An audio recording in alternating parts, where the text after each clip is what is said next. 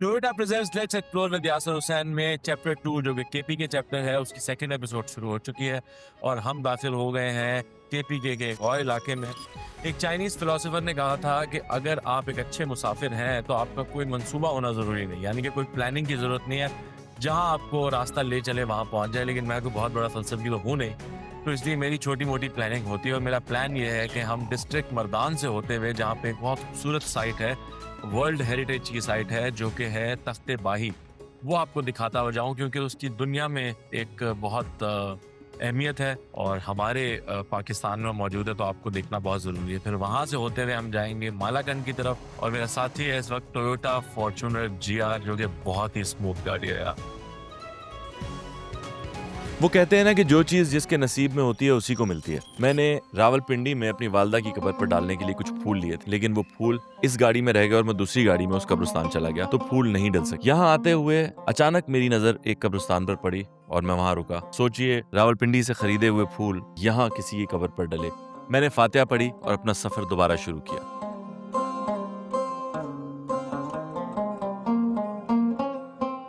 Toyota Fortuner जो है इस तरह की सड़कों के लिए किसी जमाने में ये सड़क बनी होगी, लेकिन इस वक्त जो है इसका पाल नामुनासिब है, तो उसके लिए ये गाड़ी बहुत ही महंगा। आपको सड़क का कुछ दादा तो हो रहा होगा किस टाइप की है, लेकिन इस पे गाड़ी बिल्कुल हमें कोई ऐसा फील हो रहा है कि सियासी रोड से आ रही है, बहुत स्मूथ है। अगर कोई आम गाड़ी होती है तो उसको बहुत ध्यान से चलाना, ये रफ एंड टफ गाड़ी है।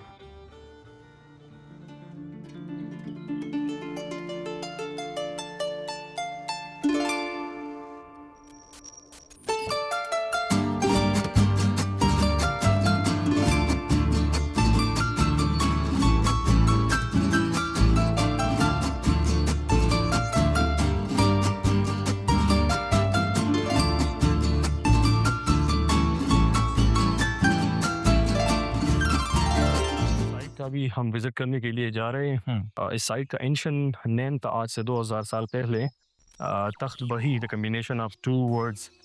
तख्त मीन थ्रोन, पहाड़ के ऊपर हम जगह, बही मीन वाटर स्प्रिंग। अच्छा, आज से 2000 साल पहले यहाँ पे 2 चश्मे हुआ करते थे जो बुद्धिस्ट पीपल वाटर पर्पस के लिए इस्तेमाल करते थे। और ये साइट जो है, इस साइट का हिस्ट्री का जो पीरियड है 1st century BC belong to 7th century AD। Complex of Takht Bahi जो है ये 2000 ईयर ओल्ड बुद्धिस्ट कॉम्प्लेक्स है। ये साइट अखबई आर्कियोलॉजिकल साइट जो है ये फर्स्ट टाइम डिस्कवर हुआ है on the period of Manjeet Singh in 1836। अच्छा, यहाँ पे प्रॉपर एक्सक्यूवेशन जो है before partition of Pakistan start हुई है 1906 से 1909। The first period of excavation जो है ये ब्रिटिश आर्कियोलॉजिस्ट ने कंडक्ट किया था, ASI डिपार्टमेंट में। ASI mean archaeological survey of India.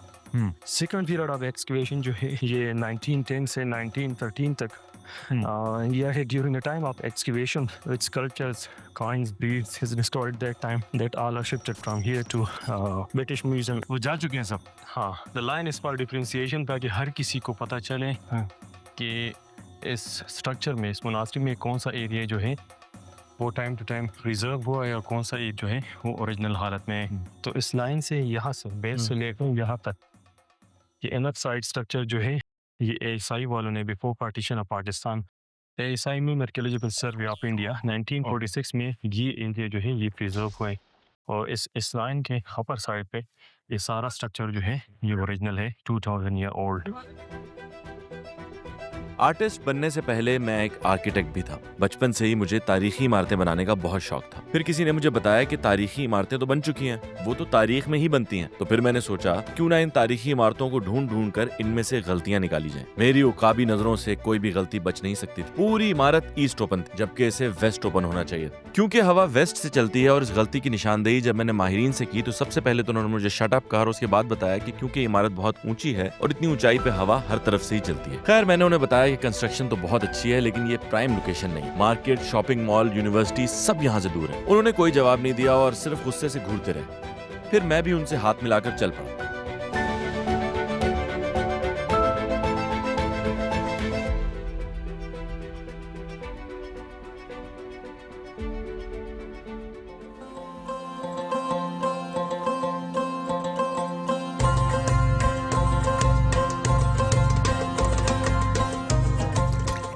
भूख लग रही थी और पेट भी था खाली। मैंने की जुगाली और हरी मिर्च खा ली। तौबा तौबा तौबा, मैंने हरी मिर्च खा ली और दिन में तारे दिखाई देने लगे। इसीलिए फौरन सनग्लासेस पहन लिए ताकि दिन में दिखने वाले तारों पर रिसर्च कर सकूं।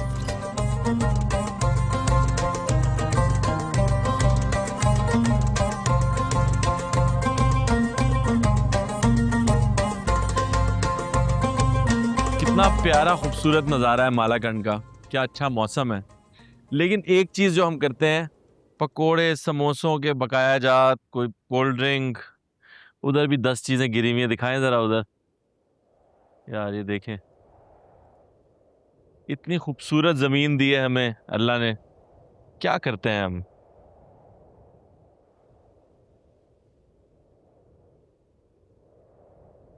जितना भी पढ़ाई लिखाई हो जाए, अकल समझ आ जाए, पैसे आ जाए ये सब खरीदने के, मगर ये लोग नहीं बाज आते।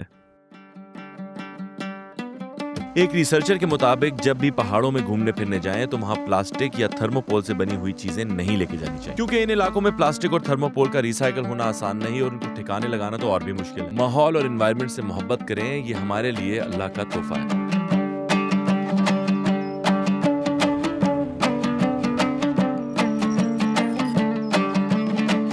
शहजाद भाई हैं और शहजाद भाई जो है वो पुलिस में काम करते हैं जी। शहजाद भाई मुझे बताएं कि ये अभी हम मालाकंड से अचानक हम कहाँ किस जगह पे आ गए? अभी जाएंगे इधर से गुजर के चिकदर आ जाएंगे। चिकदर आ जाएंगे। चिकदर अंदर से मोटा भी किस शुरू है जगह ना। पे? हाँ? अभी हम बटखेला पे जी। बटखेला। जी जी। और ये जो क्या नाम है बाजार आप बता रहे थे बटखेला का थोड़ा। तो ये बटखेला का बाजार है, ये एशिया में मशहूर बड़ा बाजार है ना सबसे। एशिया का सबसे बड़ा बाजार है। बिल्कुल जी। ऐसे लंबाई में सबसे बड़ा। लंबाई में बोल। तो ये इतनी खूबसूरत जगह पे आप रहते हैं, आप बटखेला में रहते हैं। जी सर, हम तो आप तो यहाँ से सात मेरे ख्याल में 1 घंटा दूर है। तकरीबन 1 घंटा 45 मिनट लग जाता है। और तकरीबन चिकदरा जाते हैं चिकदरा तकरीबन 20-25 मिनट लग जाएगा। तो आप तो बस बाइक निकालते हैं और बहुत जी। खूबसूरती में चले जाते हैं। हाँ बिल्कुल जी। तो आप लोगों को तो कोई डिप्रेशन, कोई एंजाइटी, ये तो चीजें होती नहीं होंगी। नहीं, कुछ भी नहीं है, वो माशाल्लाह बहुत साफ सुथरा माहौल है, खूबसूरत सा। हाँ, तो अगर ठीक है। किसी के पास ऐसी गाड़ी हो फॉर्च्यूनर, जी जी। तो उसको तो क्या चाहिए, क्या करे हो? तो बस वो बस मजे करे ना, अच्छी गाड़ी हो तो बस।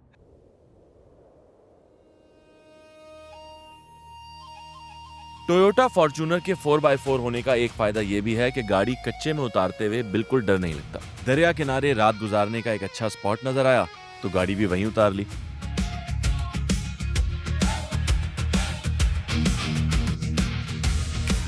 यहां पहुंचकर पता चला कि मैं तो एक अच्छा ट्रैवलर हूं। कुर्सी, चूल्हा, लकड़ी, फ्राइंग पैन सब कुछ लेकर आया था, लेकिन फिर ख्याल आया कि पकाने के लिए तो कुछ लाया ही नहीं।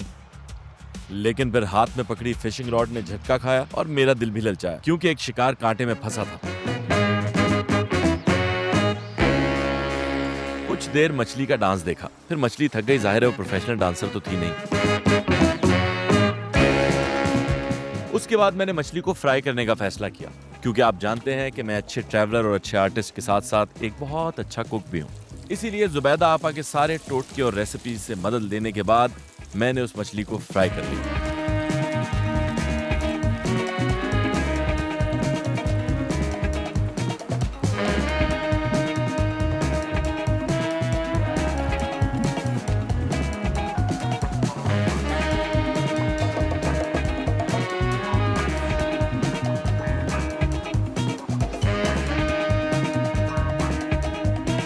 फिर अपने ही हाथ से बनाया हुआ ये लजीज डिनर ट्राई किया।